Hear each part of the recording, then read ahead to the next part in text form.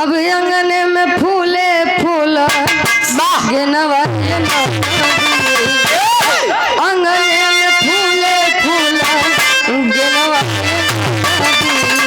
बाजेला बधैया दुआरे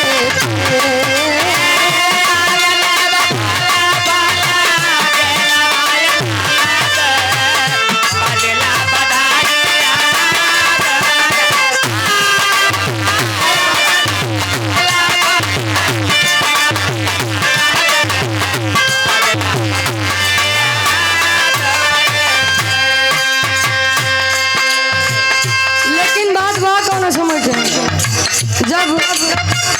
राम जी 14 वर्ष के वनवास कई के लौटे तब माई कई के जी पूछत पूछिन का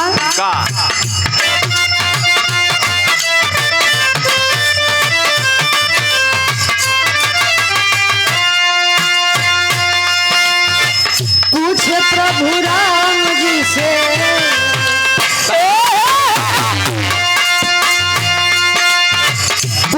प्रभु राम जी से कैसे बीतल समैया कैसे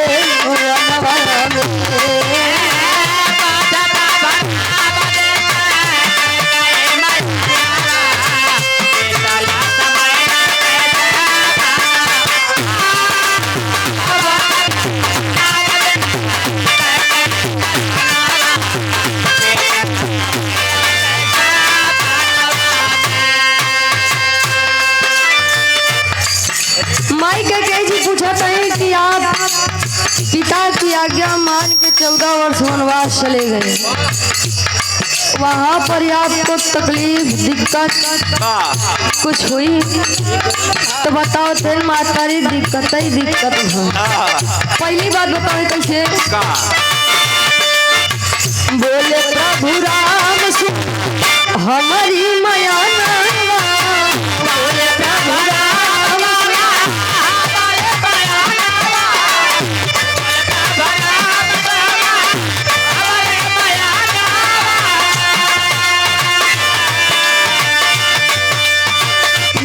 पार कैले केवट भई के भिलाना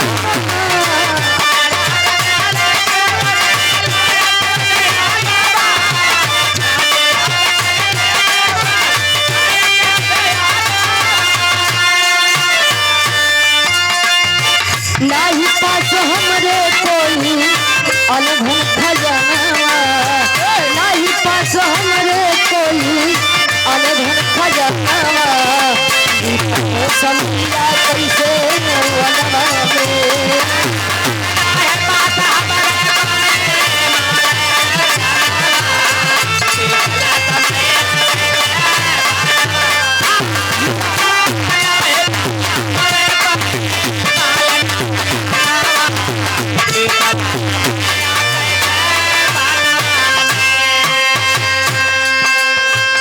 पहली बात बताएं कि महतारी जब हिया से हम वनवास खातिर निकले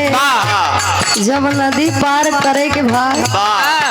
एक केवट महाराज मिले नदी पार कराए हमरे लगे कोनो रुपया पैसा धन दौलत नहीं रही कहन तब का करे कहन सीता के लगे एक मुनरी रही वही मुनरी हमका दी केवट का कहे हम कहे ला प्रभु कहे नहीं प्रभु एक खेवन हार या पहन एक खेवन हार हम यहाँ कब यहाँ से पार कराए आप हमका तरम तार कर दे कहन तब का भाव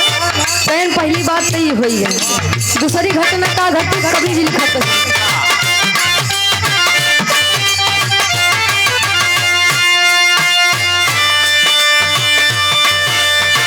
दूसरा कष्ट भई पंचवटी मयान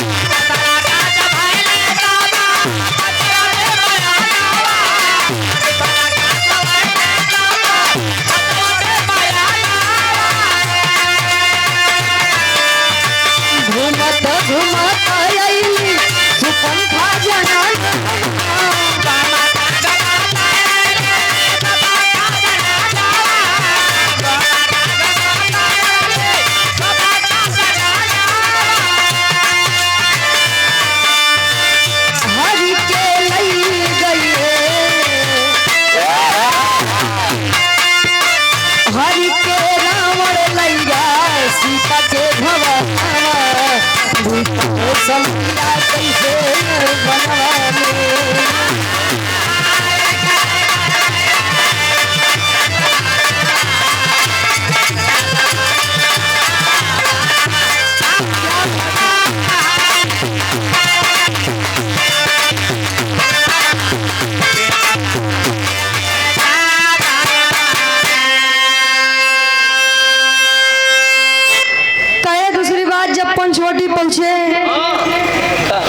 तो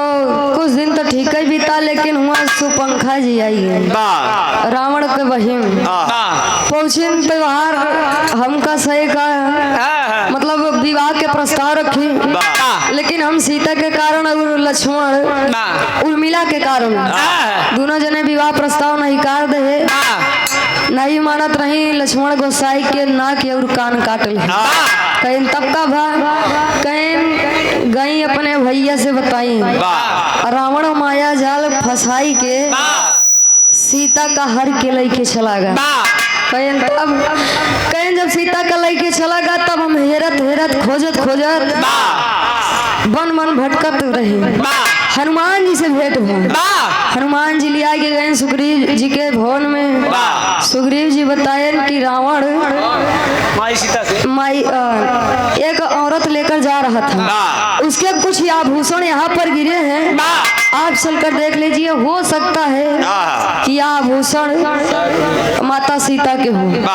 कहें तब का भक्त आगे बताओ तो हम कभी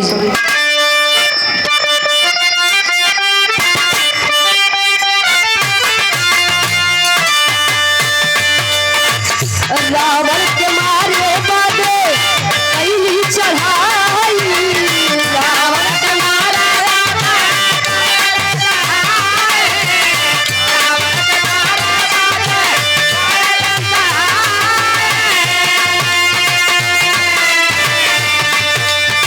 लखन में घनाथ से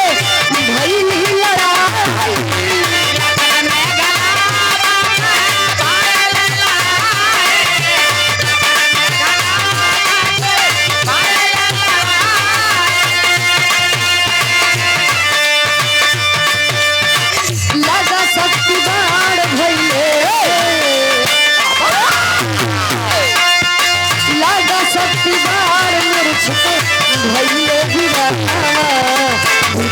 सलिया से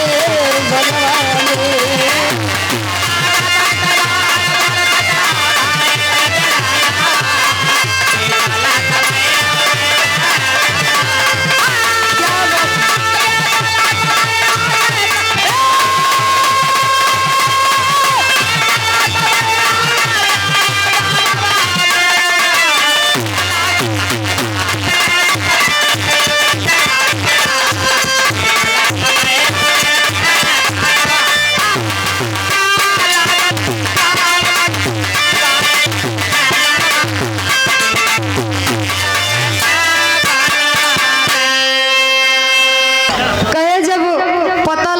सीता के आभूषण बा, धीरे धीरे सेना सबसे मुलाकात हुआ। फिर लंका पे चढ़ाई करे बड़े हमसे शुरुआत करें, लंका पे चढ़ाई करे लक्ष्मण सुनवहार का भा युद्ध तब हुआ, हमका कुछ नहीं भा, लेकिन लक्ष्मण और मेघनाथ का युद्ध भा। मेघनाथ शक्ति बाण चलाए, जैसे लखन मूर्छित हो गए, तो भला हनुमान जी कहे जवन जाय के संजीवनी बूटी लई के आए, लई के आए उपचार भा, तबीयत ठीक भा। इतना सारा दुख झेल के आज 14 वर्ष के वनवास से हमसे लौटे, आज कई जी का अफसोस हुआ कि हम का मांग ले हैं। हमार लड़का इतना मुसीबत से लौटा बा, हमारे पति जी अब यह दुनिया में नहीं रहे। आखिरी में कई जी कहा तही का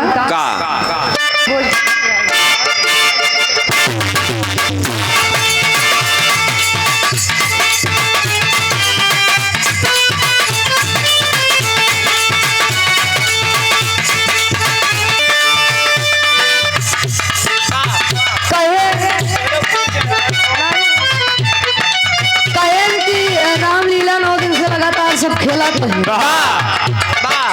वही चीज देखते वही चीज गावत यहाँ भोजपुरी हो जाए। थोड़ा समझे वाली बात देखा, इशारों को समझिए राजपुराज भक्ति होगी शक्ति में आवा, इशारों को समझिए। अगर कलाकार जब जहाँ प्रोग्राम करे जात है तो पहला कर्तव्य होते जोने कारण हुआ उपलक्ष बाबा, वहाँ उपलक्ष में लोग गीत देते, ऐसा ना हो कि मनई कहा कि कौने उपलक्ष्य में आया है अगावत का बात। लेकिन का करवा जमाना ऐसा बा जैसा वे बताए चाचा जी भक्ति अब दिखावटी हो